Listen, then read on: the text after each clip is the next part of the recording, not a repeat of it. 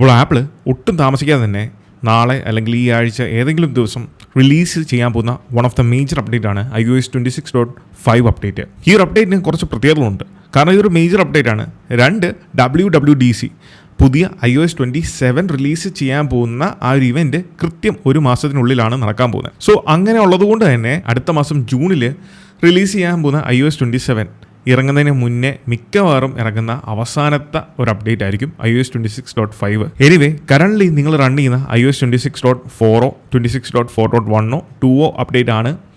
ഇനി അതിലും പഴയ അപ്ഡേറ്റ് ആണ് റൺ ചെയ്യുന്നത്. നിങ്ങൾ യൂസ് ചെയ്യുന്ന ഡിവൈസുകളിൽ എന്തെങ്കിലും തരത്തിലുള്ള ബഗ്ഗുകളോ പ്രോബ്ലംസോ ഉണ്ട് എന്നുണ്ടെങ്കിൽ ഈ ഒരു അപ്ഡേറ്റ് 26.5 അപ്ഡേറ്റ് ചെയ്യുന്നതിന് മുന്നേ നിങ്ങൾ അറിഞ്ഞിരിക്കേണ്ടതും സാധിക്കുമെങ്കിൽ ഫോളോ ചെയ്യേണ്ടതുമായിട്ടുള്ള കുറച്ച് കാര്യങ്ങളാണ് നമ്മൾ ഈ ഒരു വീഡിയോയിലൂടെ ഡിസ്കസ് ചെയ്യുന്നത്. So this is Milan and welcome back. ഒന്നാമത്തെ കാര്യം ഈ ഒരു അപ്ഡേറ്റിൻ്റെ സൈസാണ്. ഏകദേശം 9 GB അടുത്താണ് 26.5 അപ്ഡേറ്റ് വന്നിരിക്കുന്നത്. ഇത് ബീറ്റ ആണ്. പബ്ലിക് റിലീസ് നാളെ അല്ലെങ്കിൽ മറ്റന്നാൾ നമുക്ക് ലഭിക്കുന്നതാണ്. കറൻ്റ്ലി പബ്ലിക് ബീറ്റയും ഡെവലപ്പർ ബീറ്റയും അവൈലബിൾ ആണ്. സോ ഈ ഒരു അപ്ഡേറ്റ് സൈസ് ഉള്ളതുകൊണ്ട് തന്നെ തീർച്ചയായിട്ടും നമ്മൾ അപ്ഡേറ്റ് ചെയ്യുന്നതിന് മുന്നേ നമ്മളുടെ ഡിവൈസിൻ്റെ സ്റ്റോറേജ് ഫ്രീ ഉണ്ടോ അല്ലെങ്കിൽ ഫ്രീ ഇല്ല എന്നുണ്ടെങ്കിൽ അത് പ്രോപ്പറായിട്ട് ക്ലിയർ ചെയ്യുക. പ്രത്യേകിച്ചും ഏറ്റവും അവസാനമുള്ള സിസ്റ്റം ഡേറ്റയും iOSൻ്റെ സൈസും നിങ്ങൾക്ക് കാണണം. ഇതിൽ iOS എന്ന് പറയുന്നത് നമ്മളുടെ കോർ OSനെ ബേസ് ചെയ്തിട്ടുള്ള കാര്യങ്ങളാണ്. ഇത് നമുക്കൊന്നും ഡിലീറ്റ് ചെയ്യാനോ റിമൂവ് ചെയ്യാനോ കുറയ്ക്കാനോ ഒന്നും സാധിക്കത്തില്ല. കാരണം iOS ആണ്, 15 GB ഉണ്ട്. പിന്നെ ആപ്പിൾ ഇൻ്റലിജൻസ്, നിങ്ങൾ iPhone 15 Proയ്ക്ക് മുകളിലേക്കുള്ള ഡിവൈസുകളാണ് യൂസ് ചെയ്യുന്നതെങ്കിൽ അതിനകത്ത് ആപ്പിൾ ഇൻ്റലിജൻസ് നിങ്ങൾ എനേബിൾ ചെയ്തിട്ടുണ്ട് എന്നുണ്ടെങ്കിൽ തീർച്ചയായിട്ടും ഈ ഒരു 8 GB ഡേറ്റ വരുന്നതായിരിക്കും. അങ്ങനെ ടോട്ടൽ 21.77 GB ആണ് ഡിവൈസിൻ്റെ OS ഡേറ്റ സൈസ് എന്ന് പറയുന്നത്. എന്നാൽ സിസ്റ്റംസ് ഡേറ്റ എന്ന് പറയുന്നത് ഇതിലാണ് ഡിവൈസിൻ്റെ, അതായത് ലോഗ് ഫയൽസ്, ക്യാഷ് ഫയൽസ്, ആപ്ലിക്കേഷൻ്റെ ക്യാഷ് ഫയൽസ്, ഇങ്ങനെയുള്ള കാര്യങ്ങളൊക്കെ സ്റ്റോർ ചെയ്ത് വെക്കുന്നത്. ഇതിങ്ങനെ കുന്നുകൂടി ചിലപ്പം കടക്കുമായിരിക്കും. അതെന്താണെന്ന് വെച്ചാൽ ഈ ക്യാഷ് ഫയൽസ് ക്ലിയർ ചെയ്യാത്തതുകൊണ്ടാണ്.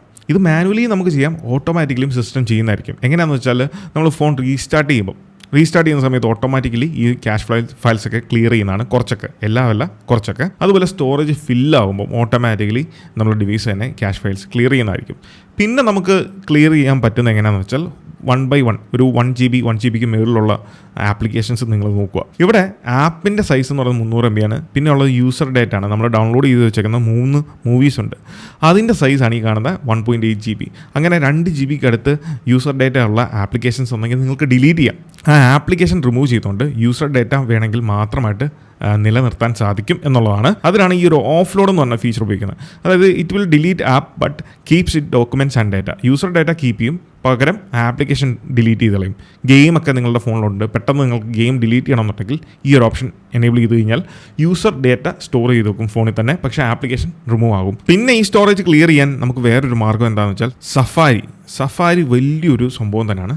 സഫാരിയിൽ പോവുക, അതിൽ അഡ്വാൻസ്ഡ് ടാബ് വെബ്സൈറ്റ് ഡേറ്റ, ഈ ഒരു ഓപ്ഷനിൽ ടാപ്പ് ചെയ്ത് കഴിഞ്ഞാൽ നിങ്ങൾക്ക് ഇവിടെ കാണാം ഏകദേശം 80 MB നമുക്ക് ഡേറ്റ ഇവിടെ കാണാൻ സാധിക്കും. ഒന്നെങ്കിൽ നിങ്ങൾക്ക് 1 by 1 ആയിട്ട് ഇവിടെ നിന്ന് ക്ലിയർ ചെയ്യാം, അല്ലാന്നുണ്ടെങ്കിൽ താഴെ പോയി കഴിഞ്ഞാൽ റിമൂവ് ഓൾ വെബ്സൈറ്റ് ഡേറ്റ കൊടുത്തു കഴിഞ്ഞാൽ ഇത് ഫുള്ളും 80 MB ക്ലിയർ ആകും. വെബ്സൈറ്റ് ഡേറ്റ ഇതുവരെ ക്ലിയർ ചെയ്തിട്ടില്ല എന്നുണ്ടെങ്കിൽ നിങ്ങളുടെ ഫോണിൽ ചെക്ക് ചെയ്യുക, ചിലപ്പം 1 GB 2 GB ഒക്കെ മേളിലായിരിക്കും വെബ്സൈറ്റ് ഡേറ്റ കിടക്കുന്നത്. അങ്ങനെയും സ്റ്റോറേജ് നമുക്ക് സേവ് ചെയ്യാൻ സാധിക്കുന്നതാണ്. രണ്ടാമത്തെ കാര്യം, എങ്ങനെ നിങ്ങളുടെ ഡിവൈസ് അപ്ഡേറ്റ് ചെയ്യുന്നു എന്നുള്ളതാണ്. ഇതുപോലുള്ള മേജർ അപ്ഡേറ്റുകൾ വരുമ്പം ഞാൻ എപ്പോഴും റെക്കമെൻഡ് ചെയ്യുന്നത് iTunes ഉപയോഗിച്ച് ഒരു ക്ലീൻ ഇൻസ്റ്റലേഷൻ ചെയ്യാനാണ്. ഈ ക്ലീൻ ഇൻസ്റ്റലേഷൻ്റെ കാര്യം പറയുന്നത് നമ്മൾ സ്റ്റോറേജിൻ്റെ ഇതിൽ കണ്ടു. iOSൻ്റെ ശരിക്കുമുള്ള യഥാർത്ഥ സൈസ് എന്ന് പറഞ്ഞാൽ 15 GB ആണ്. നമുക്ക് വരുന്ന അപ്ഡേറ്റ് 300 MB അല്ലെങ്കിൽ ചിലപ്പം 1 GB 2 GB ഒക്കെ ആയിരിക്കും അപ്ഡേറ്റ് സൈസ് വരുന്നത്. അങ്ങനെ വരുമ്പോഴേ നമ്മൾ ഓർത്തോണം ഈ അപ്ഡേറ്റ് മാത്രമാണ് അതിൽ വന്നിരിക്കുന്നത്, എൻ്റയർ OS അല്ല വരുന്നത്. സോ എൻ്റയർ OS അപ്ഡേറ്റ് ചെയ്യണമെന്ന് യാതൊരു നിർബന്ധവും ഇല്ല.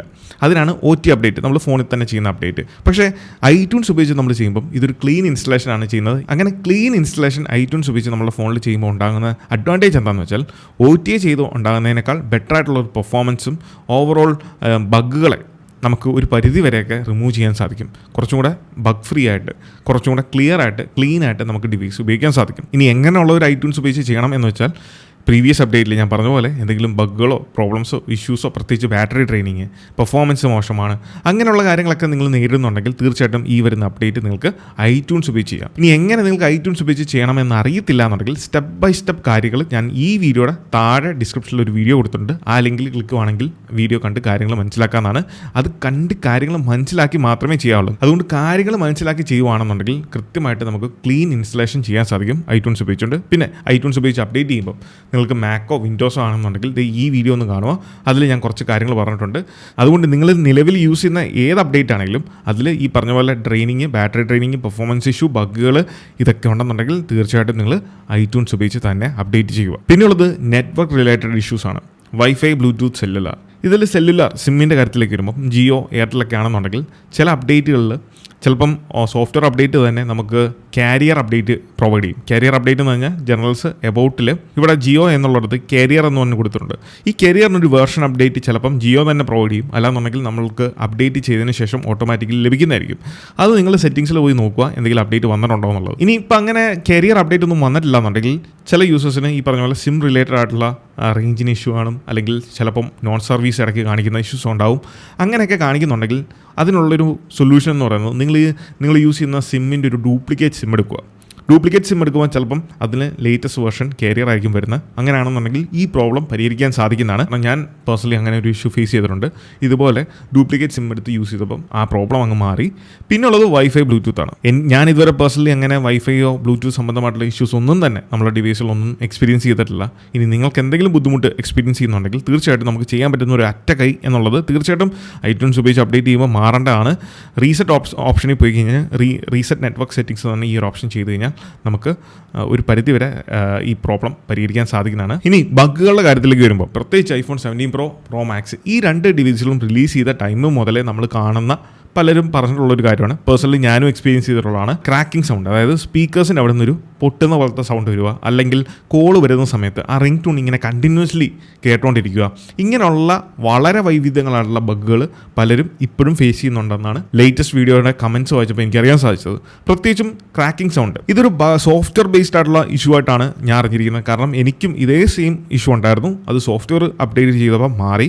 പിന്നെ അങ്ങനെ മാറാതെ വന്നപ്പം കണ്ടിന്യൂസ്ലി ഇതുപോലെ കോൾ വരുന്ന സമയത്ത് ക്രാക്കിംഗ് സൗണ്ട് വന്നപ്പം ഞാൻ ഡിവൈസ് റീസ്റ്റാർട്ട് ചെയ്തു. അത് ചെയ്തപ്പോഴും ഇതേ പ്രോബ്ലം സോൾവ് ആക്കി കിട്ടിയിട്ടുണ്ട്.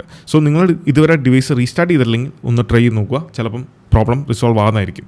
ഇനി അങ്ങനെയൊക്കെ ചെയ്തിട്ടും ഈ ഒരു അപ്ഡേറ്റും കൂടെ നിങ്ങൾ ചെയ്ത് നോക്കുക. ചെയ്തിട്ടും മാറുന്നില്ല എന്നുണ്ടെങ്കിൽ നിങ്ങൾ ആപ്പിൾ സപ്പോർട്ട് ആപ്പ് അത് ത്രൂ ആപ്പിളിൻ്റെ അഡ്വൈസേഴ്സ് അല്ലെങ്കിൽ ആപ്പിളിൻ്റെ സപ്പോർട്ട് ടീമുമായിട്ട് ചാറ്റ് ചെയ്യാം. അവരോട് ഈ ഒരു ഡിവൈസിൻ്റെ ഹാർഡ്വെയർ ഡയഗ്നോസ് ചെയ്യാൻ പറഞ്ഞു കഴിഞ്ഞാൽ നമ്മളുടെ ഡിവൈസിൻ്റെ കംപ്ലീറ്റ് കമ്പോണൻസിനെയും ഡയഗ്നോസ് ചെയ്യും.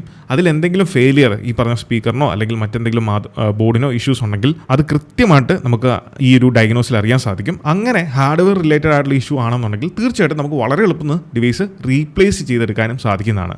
അങ്ങനെ ഒന്നും കാണിക്കുന്നില്ല എന്നുണ്ടെങ്കിൽ സോഫ്റ്റ്വെയറിൻ്റെ ഇഷ്യൂ ആണ്. ഞാൻ പറഞ്ഞ പോലെ ക്ലീൻ ഇൻസ്റ്റലേഷൻ ചെയ്യുക, അതാണ് ഏറ്റവും നല്ല ഒരു റെമഡി അല്ലെങ്കിൽ ഇതിനുള്ള ഒരു സൊല്യൂഷൻ എന്ന് പറയുന്നത്. ഇനി നിങ്ങൾ യൂസ് ചെയ്യുന്നത് ഓൾഡർ ജനറേഷൻ ഡിവൈസുകളാണെങ്കിൽ ലൈക്ക് iPhone 14 അല്ലെങ്കിൽ 13 അതിന് താഴേക്കുള്ള ഡിവൈസുകളാണ് എന്നുണ്ടെങ്കിൽ ഈ മോഡൽസിൻ്റെയൊക്കെ ഇപ്പോൾ ഒരു ബാറ്ററി സൈക്കിൾ വൈസ് അല്ലെങ്കിൽ battery health vice battery replace ചെയ്യാനുള്ള ടൈമായിട്ടുണ്ട്. ഈ ഒരു അപ്ഡേറ്റ് ചെയ്യുന്നതിന് മുന്നേ നമുക്ക് പെർഫോമൻസിൽ എന്തെങ്കിലും പ്രശ്നങ്ങളുണ്ട്, ബാറ്ററി റിലേറ്റഡ് ആയിട്ടുള്ള ഡ്രെയിനിങ് അങ്ങനെയുള്ള കാര്യങ്ങളൊക്കെ ഉണ്ട് എന്നുണ്ടെങ്കിൽ തീർച്ചയായിട്ടും അപ്ഡേറ്റ് ചെയ്യുന്നതിന് മുന്നേ ബാറ്ററി ഹെൽത്ത് ചെക്ക് ചെയ്യുക. കാരണം ബാറ്ററി ഹെൽത്ത് 80 അല്ലെങ്കിൽ 80ക്ക് താഴെയാണ് എന്നുണ്ടെങ്കിൽ അൺഎക്സ്പെക്റ്റഡ് ഷട്ട് ഡൗൺസ് ഉണ്ടാകാനുള്ള ചാൻസസ് ഉണ്ട്. അത് കൃത്യമായിട്ട് അതിൽ തന്നെ മെൻഷൻ ചെയ്തിട്ടുണ്ട്. പെർഫോമൻസിന് എന്തെങ്കിലും ലാഗ്, സ്റ്റട്ടറിങ് കാര്യങ്ങളൊക്കെ നിങ്ങൾ ഫീൽ ചെയ്യുന്നുണ്ട് പുതിയ ലേറ്റസ്റ്റ് അപ്ഡേറ്റിന് ശേഷം എന്നുണ്ടെങ്കിൽ തീർച്ചയായിട്ടും ബാറ്ററി ഡീഗ്രേഡഡ് ആയിട്ടുണ്ടെങ്കിൽ ഈ പ്രോബ്ലംസ്, ഈ സിംറ്റംസ് കാണിക്കുന്നതാണ്. അതിപ്പം പുതിയ ജനറേഷൻ ഡിവൈസിലാണെങ്കിലും ഇപ്പോൾ നമ്മളുടെ iPhone 17 Proയിൽ ബാറ്ററി ഹെൽത്ത് എന്നുള്ളത് ഇപ്പോൾ നിങ്ങൾക്ക് കാണാം 99% എൻ്റെ ബാറ്ററി ഡ്രോപ്പ് ആയിട്ടുണ്ട്. ഞാൻ കഴിഞ്ഞ വീഡിയോയിലും പറഞ്ഞാണ് മേ ബി അടുത്ത അപ്ഡേറ്റിന് മുന്നേ ചിലപ്പം ബാറ്ററി ഹെൽത്ത് ഡ്രോപ്പ് ആകാനുള്ള ചാൻസസ് ഉണ്ട് എന്നുള്ളത്. അതെന്തായാലും അതുപോലെ തന്നെ 208 എൻ്റെ സൈക്കിൾ കൗണ്ട് എന്ന് പറയുന്നത്. അപ്പം 99% ഡ്രോപ്പായി. ഇനി അപ്ഡേറ്റ് ചെയ്ത് കഴിഞ്ഞാൽ ഉടനെ ബാറ്ററി ഹെൽത്ത് കുറഞ്ഞു അല്ലെങ്കിൽ ചാർജ് ഒട്ടും നിൽക്കുന്നില്ല എന്ന് പറയുന്നതിന് മുന്നേ ആ ബാറ്ററി ഹെൽത്ത് എന്തായാലും അപ്ഡേറ്റ് കഴിയുമ്പം കുറയേണ്ടതാണെങ്കിൽ ഉറപ്പായിട്ടും കുറയും. ഇനിയിപ്പോൾ എൻ്റെ ഈ ഒരു അപ്ഡേറ്റ് വന്നതിന് ശേഷം ചിലപ്പം ഇതിലും കുറയാൻ ചാൻസ് ഉണ്ട്, പറയാൻ സാധിക്കത്തില്ല. എനിവേ നമുക്ക് വെയിറ്റ് ചെയ്യാം. അപ്ഡേറ്റ് ചെയ്ത് കഴിയുമ്പം ഒരു 2 to 4 ഡേയ്സിലെങ്കിലും നിങ്ങളത് വെയിറ്റ് ചെയ്യുക. ബാറ്ററിയുടെ ഹെൽത്ത് മാത്രമല്ല ബാറ്ററിയുടെ പെർഫോമൻസ് ബെറ്റർ ആകാൻ. കാരണം അപ്ഡേറ്റ് ചെയ്ത് ബാക്ക്ഗ്രൗണ്ടിൽ ഇൻഡെക്സിങ് ഒക്കെ നടക്കുന്നതുകൊണ്ട് തന്നെ ഡിവൈസ് കൂടുതൽ യൂഷ്വലി യൂസ് ചെയ്യുന്നതിനേക്കാൾ കൂടുതൽ ബാറ്ററി കൺസ്യൂം ചെയ്യും. അതുകൊണ്ട് തന്നെ പെട്ടെന്ന് ബാറ്ററി ഡ്രെയിനിങ് സംഭവിക്കും. എനിവേ ഈ വരാൻ പോകുന്ന 26.5 എന്ന് പറയുന്ന അപ്ഡേറ്റ് വളരെ നല്ലൊരു അപ്ഡേറ്റ് തന്നെയാണ്.